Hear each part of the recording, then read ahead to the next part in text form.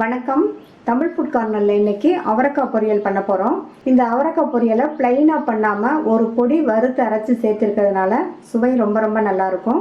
இது சாம்பார், காரக்குழம்பு, ரசம் எல்லாத்துக்குமே சைட் டிஷ்ஷாக வச்சு சாப்பிட்றதுக்கு காம்பினேஷனாக இருக்கும். இப்போ இந்த சுவையான அவரக்காய் பொரியலை எப்படி பண்ணுறதுன்னு பார்க்கலாம். 1/4 கிலோ அவரைக்காயை வாஷ் பண்ணி வச்சுருக்கேன். இந்த அவரைக்காயில் 2 ஓரங்கள்லையும் நார் இருக்கும். அந்த நாரை எடுத்துட்டு கட் பண்ணி வச்சுக்கலாம். அவரைக்காயை கட் பண்ணியாச்சு. இந்த மாதிரி சைஸ் துண்டுகளாக கட் பண்ணிக்கணும். இந்த பொரியலில் சேர்க்குறதுக்கு ஒரு பொடி வறுத்தரைக்கணும். ஸ்டவ்வில் ஒரு கடாய் போட்டு சூடு பண்ணியிருக்கேன். அதில் 1 டேபிள் ஸ்பூன் கடலைப்பருப்பை சேர்த்துட்டு இந்த கடலைப்பருப்பு ஓரளவு கலர் மாதிரி வர அளவுக்கு வறுத்துக்கணும். இது கூட 2 டீஸ்பூன் பச்சரிசியை சேர்த்து வறுத்துக்கலாம். இப்போ பருப்பும் நல்லா வறுபட்டுருச்சு, அரிசியுமே நல்லா பொரிஞ்சிருச்சு. ஸ்டவ் ஆஃப் பண்ணிவிட்டு இதில் 1 டீஸ்பூன் சீரகம் சேர்த்து வறுத்துக்கலாம். சீரகம் வந்து கடாய் ஹீட்லேயே நல்லா வறுபட்டுரும். இது ஆறுனதுக்கப்புறமா மிக்சி ஜாரில் சேர்த்துடலாம். இதை நைஸாக அரைச்சிடாமல் லேஸ் குறகுறப்பான பவுடரை அரைச்சிக்கலாம். அப்போ தான் இந்த பொரியல் நல்லாயிருக்கும்.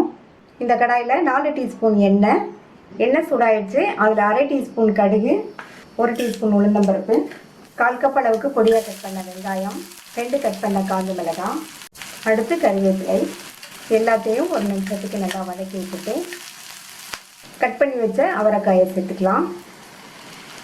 அவரைக்காயை சேர்த்துட்டு எண்ணெயிலேயே இதை 2 நிமிஷத்துக்கு நல்லா வதக்கி விட்டுக்கணும். ஹை ஃப்ளேமில் வச்சு வதக்கிக்கங்க. இந்த பொரியலுக்கு காரத்துக்கு நான் மிளகாத்தூள் எதுவும் சேர்க்க போகிறதில்ல. அதுக்கு பதில் நான் வந்து 2 காஞ்ச மிளகாய் கிள்ளி சேர்த்துருக்கேன். இது கூட 1/4 டீஸ்பூனில் பாதி மஞ்சள் தூள், இந்த பொரியலுக்கு தேவையான அளவு உப்பு சேர்த்துட்டு 1 கை அளவுக்கு தண்ணி தெளிச்சிக்கலாம். தண்ணி தெளிச்சிட்டு நல்லா எல்லாத்தையும் ஒன்று போல மிக்ஸ் பண்ணி விட்டுட்டு மூடி வச்சிடலாம். இந்த அவரைக்காய் நல்லா சாஃப்டாக வெந்து வர்றதுக்கு 4லேருந்து 5 நிமிஷம் ஆகும். ஸ்டவ்வை மீடியம் ஃப்ளேமில் வச்சுக்கோங்க. அப்பப்போ திறந்து பார்த்து கிண்டி விட்டுக்கோங்க. அவரைக்காய் குழையாமல் நல்லா கரெக்டாக சாஃப்டாக வெந்திருக்கு. அடுத்து இதில் நம்ம அரைச்ச அந்த பொடியை சேர்த்துக்கலாம்.